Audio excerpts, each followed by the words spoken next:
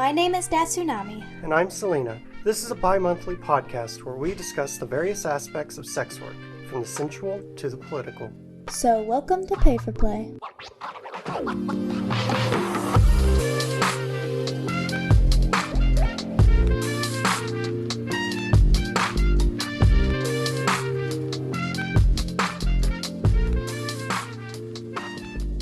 Hi everyone. We are actually interviewing a sex worker today. Mistress Yay. Moira, if you'd like to introduce yourself. Hi, I'm Moira. You can also call me Mistress Moira. Just never call me late to dinner. I'm 28 years old, and I'm a trans sex worker. Thanks again for doing this. You are the first guest, the first sex worker, which we are interviewing. So congratulations on popping our cherry. I am very honored to be on here. So why don't you tell us a little bit about yourself? What do you do? What type of sex work do you do? Where did you start? When did you start? Stuff like that. Well, right now I'm primarily just uploading content to OnlyFans. Doing some advertising on Twitter, because right now, at least, it seems like that's the best place to kind of get your brand going, at least from a trans perspective that I've found. The trans community on there is very close-knit and retweets each other and kind of helps each other grow a lot. I've been doing OnlyFans since about August, joined Twitter in, I want to say, June out of some COVID boredom, and then just kind of helped jumpstart it from there. Because I forgot to ask, pronouns, please. I go by she, her. There we go. So you said you started in August, right? That's correct. Was there any particular reason that you started? Just I was bored. I wanted to see what it was like. I saw other sex workers and was like, hey, that's cool. Or was there a financial thing? Like, what's your reasoning? Kind of multiple reasons. One thing, my initial transition, at least from a hormone-related perspective, was in November of 2019. I'd been out for months prior to that, even at my job. But, I kind of started my transition right before COVID happened. And then that's kind of bad for joining community and getting over your dysphoria and being out in public. So I thought, actually uploading pictures online, stuff like that would kind of help from a dysphoria perspective and help me get over some of that stuff, even while I was in quarantine. I can actually really relate to that. It's part of the reason I started doing this type of sex work, is to help with my dysphoria. So I feel like that's a pretty common thing among trans sex workers. Yeah, because it's like, I don't want, my own perception of my beauty to come from other people, but it can be nice to be viewed as desirable and actually see that other people care about what you look like. It also was, like you said, financial in some ways. I have a quote-unquote normie job as well. But I was on reduced hours for some medical reasons, and I wasn't really getting compensated for that. So this is kind of a side gig to help in some additional income for insurance purposes and getting some medical work done as well. So capitalism sucks is what you're saying. Exactly. And I would rather do something like this where I'm providing content than do a GoFundMe. Not that there's anything wrong with GoFundMes. I just personally would feel guilty about it when it could be going to other people. And So you feel like you're earning your content, or earning your money in a way that makes you feel like you're contributing something. Exactly. I'm giving something that they want, and I feel like I'm actually earning my keep in some ways. I definitely have a guilt complex about taking things from people, even if I deserve it. So Can relate. yeah, same. I have trouble even asking for a couple of dollars to do something. my own girlfriend will buy me a donut, and I'll be like, "How much was that? I'll Venmo you," and she'll be like, "Shut the hell up." I've done that with my girlfriend actually. So. It gets very irritating for our partners, doesn't it? I'm sure it does. I assume your partner doesn't mind that you do sex work at all. Not at all. definitely doesn't care. I am polyamorous as well, so not that there can't be concerns or jealousy there within, but typically in my experience, poly people are a bit more accepting because you're already with other people, so there's that barrier is kind of down. Yeah. My girlfriend helps me film, or will be once I get back into the routine. Dysphoria is a bitch. Yeah. It certainly can be. Yeah. Do you think dysphoria has ever made work harder for you regarding sex art? Definitely On some can. days? Certain days I get up and I just really don't want to be seen. And then other days I'll specifically go and get like all dressed up and do my makeup, and recording can actually help my dysphoria. So it's kind of a crapshoot sometimes. Do you have any kind of routine you do when you're on days you're recording? Or is it just, I feel like recording today and then go about your business? Sometimes I'll get inspired, but usually I'll kind of know in the morning that I'm probably going to do so at some point during the day. Sometime in the afternoon I'll do my makeup, I'll pick out something to wear or not wear. Then usually in the evening I'll go ahead and just make a bunch of content. Typically, usually more like photo albums. I do video occasionally, although I do need some better recording equipment for that. I try to take a bunch so I can upload it over the course of the next few days. And also, with dysphoria, 90% of those pictures I'm not going to like. So I need to kind of take a lot of it.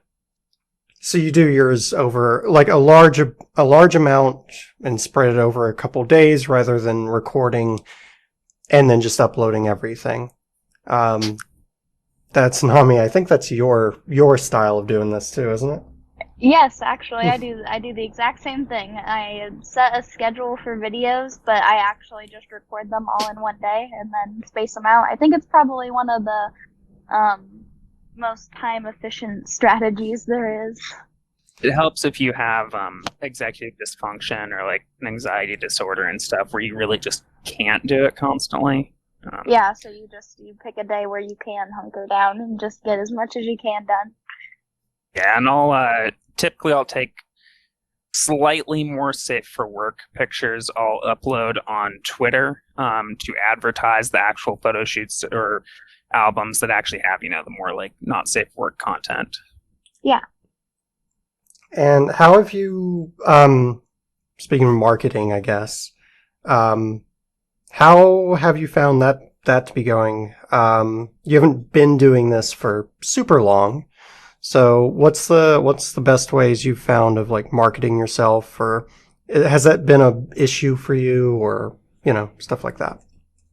It has been somewhat.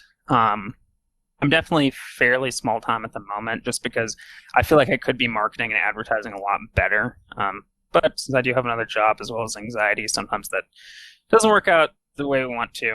I think honestly, if you want to get into something like this, you kind of need to upload at least to your advertising Twitter like every single day. Ideally on your OnlyFans or whatever platform you use, you should also be uploading pretty much every single day.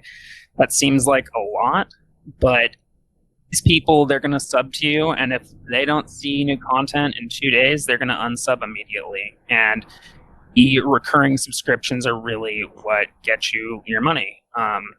Like one person subbing for a month isn't going to really help me. It's the people who actually stick around and know that you have good content that will stay. Do you run any sales, or do you find that actually helps? 'Cause I've run them and then gotten nothing, and then I've just uploaded content and got something. So it can kind of depend. I typically stay at just the $5 price point because I feel like that's fairly fair. Like, I'm the price of a Little Caesars pizza. I used to work for Little Caesars, so works out. I tried doing some sales actually at the $3 price point, which is pretty minimal, but I was just trying to up my subscriber base. And I don't think in the long run it really helped. I think it probably hurt me more than anything. And you should figure out the price point that you feel like you're worth. Don't oversell yourself, but also don't undersell yourself. People think you're deserving of it, they'll pay for it, but don't don't try to get a bunch of subs by being at a super low price point, because you're probably not going to get the amount that you need, is kind of my experience so far. Yeah, I would definitely say keeping a consistent price that isn't too low is really important. Yeah, because ultimately, like, we are making content, and you're doing work, I think and you should be worth paid it. Yeah, for your work. exactly. So this is something that that's Nami and I have talked about over 2 or 3 episodes already, which is most of them. For trans sex workers, oftentimes I've found that you have to potentially use slurs for yourself in like tags and your promotion, because that's what people look up. Have you found that that's been the case, or do you have any feelings about that? I am vehemently against having to use slurs for myself, but I know it's kind of a price of doing business for some people. I think you and I are on a very similar wavelength, which is also maybe why I'm not as popular as I could be. I follow a lot of trans sex workers who do use them, and are reclaiming them or whatever. I'm not going to list any specific ones, but there are a couple that I personally really, really detest. I do actively block people who are using specific slurs. I had someone the other day, some crossdresser, trying to do like a forced feminization dynamic with me, because I typically do play like the role of a dom, and I just am not into that. I that's a privilege, because some people really need the money and need to put up with those kinds of slurs and stuff like that makes them uncomfortable, but I just can't work my head around it. I can, I'll do fantasy all day long, but there are certain lines I just don't want to cross personally. Are there other lines that you won't cross? There's obviously specific like kinks and fetishes that just don't really do it for me. Typically it is just slurs and respectfulness. Like, I'm a trans woman, but I'm also just a woman. Like, treat me with respect, and I'll treat you with respect right back, unless you specifically want me to demean you. Like, if you pay me, yeah, sure, I'll curse at you all you want, but I'm not going to, use specific slurs that bother me. Those are some of the fun. Those are some of the more fun ones for me. Is where it's like, yeah, pay me to demean you. I am all for that. Yeah, I'll step on you. I'll be respectful while I step on you. Is there anything that you particularly enjoy doing, that you've been requested, or it's kind of your thing that you enjoy doing? One thing I'd really like to get more into is more specialized makeup, potentially even drag. I did a photo shoot around about October where I actually did devil makeup. And I remember that one. I remember that one too. It was pretty, low quality. I definitely need better equipment and stuff for that, but I really enjoyed it. I liked my facial features in the pictures. My boobs look really small in it because they hadn't grown quite enough. But even going back, I still look at it and I'm like, oh, I really like that. That was fun. So I'd like to do more stuff like that in the future. What has been your worst customer experience so far, or the craziest thing that someone's asked of you? One person who was using slurs and stuff was essentially just immediately came out saying that they were in chastity at that moment and wanted to send me a key. Which if they had to get, yeah, exactly. Okay. If we had actually been talking for a while prior and they were being respectful, I would have done that. That doesned go against any lines for me. Yeah, I'll hold the key to your chastity, whatever. But yeah, they weren't super respectful, so I ended up not taking that client. I do not like customers that assume before asking that you will do the thing you want them to do, and there's no talk about any form of payment or what the plan is. It's just, I want this thing right now. I think I really need to set up a list of kinks and fetishes that I will actually humor. Because right now I just am fairly content based with, these are the pictures and stuff you can purchase. I obviously have the mistress label, and people view me as fairly dommy. but I don't have specifics like that listed, so people kind of play some guesswork if they want something specific. I will say Moira is one of the few people who have made me blush. So This is high praise. It's very high. She is very good at what she does. Thank you. So I want to ask a bit more about the I guess the personal aspect. So do you find you have to hide it from other people? Do people at work, for instance, know, or your parents, or any of that? I definitely don't talk about it at work. I work for a fairly large corporation. I don't want them to let me go for like undisclosed reasons. Yeah. I don't talk to it with my parents either. My father actually found my Twitter at one point where it was pinned. Don't know if he actually noticed it. I was foolish and had my sync contacts on with Twitter. Oh no, I've since yeah. removed that because he was trying to follow me. I ended up blocking him, hopefully before he saw that I do porn. He never brought it up again, so I'm going to assume he didn't see it or ignored it. Fully open with friends, though. I don't really keep anything from friends. Everyone I know is kind of slutty or does their own thing anyway, so.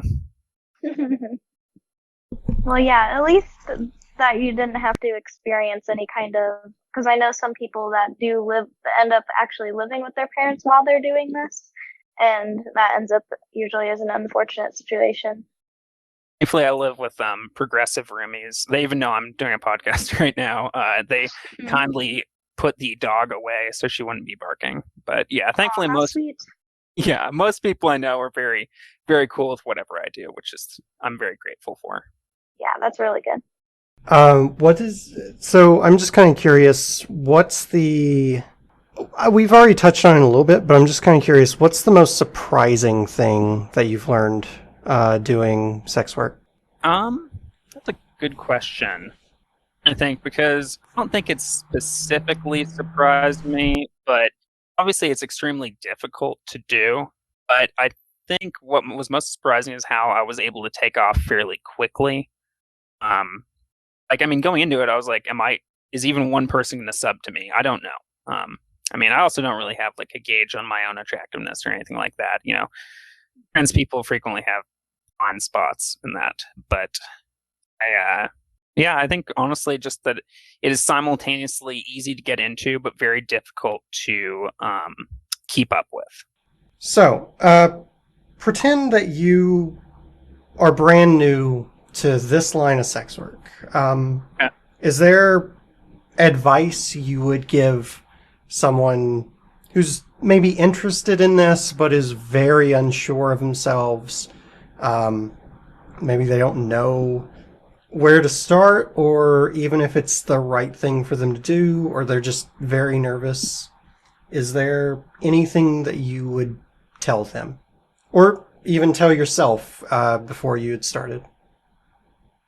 I would say first off, don't be self-conscious about your appearance. Regardless of whether you are trans or cis, there will be someone out there who will want to buy your content. You should definitely have some form of thick skin. There will people who aren't exactly the greatest clients. Maybe you'll tell them no over something and they will then become aggressive and abusive towards you. Obviously, thankfully, since you are doing it on the internet, you can then block them. That is a privilege of internet sex work. To be honest, I hesitate to refer to myself as a sex worker because I'm not on the streets, and there's a definite privilege there, and it's much less dangerous for me to sit in front of a camera versus going out and actually taking that risk, especially during something like COVID. Yeah, I'm really glad you highlighted that because I think a lot of people are like, they only think about OnlyFans when they're talking about sex work, or they only think about prostitution. But I mean, you know. Yeah, sex work is it's a huge umbrella with a lot of different types of things. So Yeah, And certain ones definitely have their own privileges that come with them compared to other ones. Yeah, the stuff Which we're all definitely- doing is a lot safer than someone who Very actually much. does go out and see clients. So, Especially during a global There's pandemic. Oh, definitely, especially during COVID. And I mean, there's obviously like I'm white. There's white privilege there. It's a lot easier for me to do something like this versus like maybe a black trans woman. We do have to like think about those kind of inherent biases as well. you said something about difficult clients. Have you had difficult clients who you've said no and they've kept going and you've had to block them? Yes, especially though on bit I was doing the slightly misguided of advertising on Grindr. That got a lot of blocks. I also ended up getting banned from Grindr because I'm not technically supposed to advertise on there, but I did get some subs off of it. Yeah, dating sites don't like that. Isn't I was I've trying to be slick, didn't really work out that great. But one other thing I would say though, if you are trying to get into this on the topic, is try and reach out to someone who's already established in it. There's a woman on Twitter that I actually reached out to right before I started my OnlyFans. She was able to kind of educate me on a few of the different things, how to keep up with it. Definitely really helped jumpstart me actually having someone to talk to prior to beginning. Yeah. That's something that I think both That's Nominee and I want to do with this podcast, is kind of help with those types of questions that people have. The kind of a resource for like, if you want to get into this, this is how you do it. And kind of provide a warning to those, like, if you're really not sure, maybe think back and make sure that you're okay doing this. So Yeah, because I don't like people recklessly saying everyone should do sex work and it's a great opportunity to get all this money, because 90% of the time people are making below minimum wage doing this, like on OnlyFans and online and such, and in person as well. So I don't think it's something anybody should just join super lightly. And I think that that's something we want to highlight, is that there are plenty of problems with being in this, as well as good things. It's like being a YouTuber or a Twitch streamer or any of the other stuff. Not everyone's going to make it. 90% of the people are not going to do well. And there's also inherent problems with this type of work where, you said it earlier, Moira, if your company found out you did this type of work, you may be let go for unknown reasons, Yeah, I mean, you work in like a hire by will type of job, they can literally let you go for whatever reason, and unless you have like something to back up that, hey, I was discriminated against, you can't really do anything about it. Yeah, and that's why we need protections for sex workers. We need to decriminalize or legalize it and add those protections saying, hey, you can't fire someone just because they are or were a sex worker. What they do in their own time is their own business. Yeah, because I think legalizing it, and it's a similar thing with like cannabis and stuff like that. Like, do we really want the government involved, or we just want it to be decriminalized so our people aren't being like rounded up? Exactly. I think there's definitely nuances there. I'm more in the decriminalization camp. That's a subject that we will probably get on at a future date. So Yeah, we should probably break it down, but yeah. Yeah. Because a lot of people do confuse legalization and decriminalization. Yeah, there is a lot of nuance with that. Please let everyone know where they can find you. Please promote yourself. Yeah, definitely. I'd like to start off, of course, by just reiterating, if you have extra funds and you can only subscribe to like one or two OnlyFans, try and find a black trans sex worker, a black non-binary sex worker. Going through a lot more shit than I am and deserve it more, in my opinion. Really good person to follow is Ember Sucks. That's Ember as in like the flame, and then Sucks, which is SUXXX. That person's Twitter is under that handle, as well as the OnlyFans. As for mine, you can find me under Mistress Moira on OnlyFans. You can also find my Twitter for advertising under Moira but Saucier. Thank you so much for doing this. It was a blast.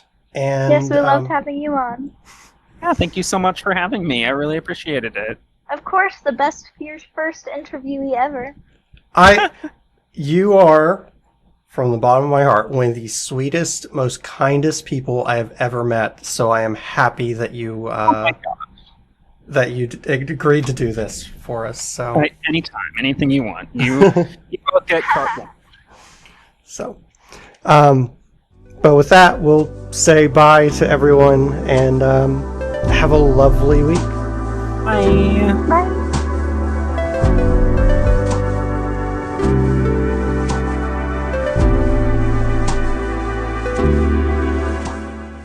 Thank you for listening to Pay for Play.